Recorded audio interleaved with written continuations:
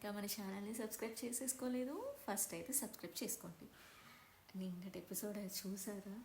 అసలు full drama, emotions, strategies, ఇంకా అసలు ఇది బిగ్ బాస్ సీజన్ 9 రణరంగంలా లేదు, బిగ్ బాస్ కుటుంబంలా ఉంది. అమ్మో, ఎన్ని రిలేషన్స్, ఎన్ని డ్రామాలు. కానీ నిన్నటి ఎపిసోడ్లో మీరు రీల్స్లో చూస్తూనే ఉంటారు, ఒకటి బాగా ట్రెండ్ అయింది.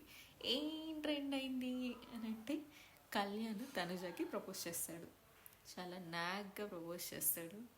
సపోజ్ నాలాంటోడు వస్తే ఆర్ యూ ఓకేనా అని.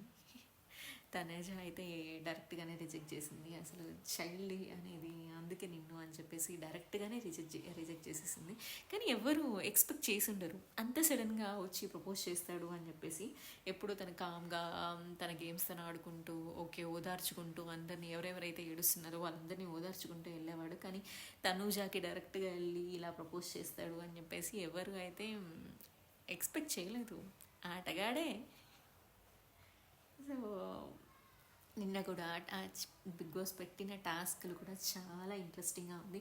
ఫస్ట్ గేమ్ అయితే మ్యాచ్ ఇట్ విన్ ఇట్. ఆ మ్యాచ్ ఇట్ విన్ ఇట్లో బర్నీ గారు గెలిచేస్తారు. ఫ్లోరా ఫస్ట్ వెళ్ళింది, కానీ తను డ్రాయింగ్ని కరెక్ట్గా చూసి వెళ్ళుంటే బాగుండేది అని అనిపించింది. అఫ్ కోర్స్ సంజన అయితే బాగా గేయలేదు, కానీ మిగతా వాళ్ళదైనా చూసి తను ఆ రెడ్ క్లాత్ ఉండేది ఐడెంటిఫై చేసి వెళ్ళాలి. సరిగా చూసి వెళ్ళుంటే ఫ్లోరానే గెలిచుండేది, కానీ అది భరణి గారు, దివ్య గారు గెలిచేశారు. సో వాళ్ళు టాప్ స్కోర్లోకి వచ్చారు. అండ్ సెకండ్ గేమ్ వచ్చేసి హోల్డ్ ఇట్ లాంగ్ అనే దాంట్లో కొంచెం జస్ట్ మిస్లో రీతు డెమోన్ గెలిచారు. వీళ్ళిద్దరు తనూజాకి కళ్యాణ్కి కొంచెం కోఆర్డినేషన్ ఎక్కడో తక్కువైంది కాబట్టి వాళ్ళకి ఛాన్స్ వచ్చింది, లేకపోతే వీళ్ళిద్దరే గెలిచేవాళ్ళు. అండ్ ఫ్లోరా టీం కూడా అసలు వాళ్ళు థర్డ్ ప్లేస్లో వరకు వస్తారని నేను ఎక్స్పెక్ట్ చేయలేదు. శ్రీజ, సుమన్ శెట్టి గారే లాస్ట్లో ఉండిపోయారు. కానీ నాకెందుకు శ్రీజ ఇంకొంచెం గట్టిగా ఆడుండాల్సింది, ఇంకొంచెం గట్టిగా ఆడునుంటే కొంచెం బాగా తను కూడా ఒక సెకండ్ ప్లేస్కి కానీ థర్డ్ ప్లేస్కి కానీ వస్తుంది అని చెప్పేసి అని అనిపించింది. కానీ ఓకే, బాగానే ఆడారు. అండ్ ఫ్లోరా, సంజన థర్డ్ ప్లేస్లో ఉన్నారు. దీంట్లో బిగ్ బాస్ చెప్తాడు వీళ్ళిద్దరు డెమోన్ కాదు, కళ్యాణ్ అండ్ తనుజ, సుమన్ శెట్టి గారు, శ్రీజ గారు, వీళ్ళు లాస్ట్ 2 pairs కాబట్టి, టాప్ 5లో లాస్ట్ 2 pairs కాబట్టి వీళ్ళిద్దరిలో ఎవరు వర్స్ట్ ప్లేయరో చెప్పమని చెప్పారు. వీళ్ళిద్దరు వర్స్ట్ ప్లేయర్ అని అంటే ఆబ్వియస్లీ అందరూ నేనేమనుకున్నాను, ఓకే సుమన్ శెట్టి గారి పేరే చెప్తారు అని అనుకున్నాను. కానీ అక్కడ శ్రీజ బాగా ఆడలేదు, ఇంకొంచెం బాగా ఆడుండొచ్చు, ఇంకొంచెం ఇంప్రూవ్ అయి ఉండొచ్చు అని చెప్పేసి చెప్పారు. అండ్ ఇక్కడ తనుజనే ఆబ్వియస్లీ బాగా ఆడింది అని చెప్పేసి చెప్పారు. ఎందుకంటే కళ్యాణ్ అంతగా ఎఫర్ట్స్ పెట్టలేదు, కళ్యాణ్ ఎఫర్ట్స్ పెట్టాలి, ఇంకొంచెం బాగా పెట్టి. ఓకే, ఆబ్వియస్లీ అది లక్ కూడా కలిసి ఉంటుంది.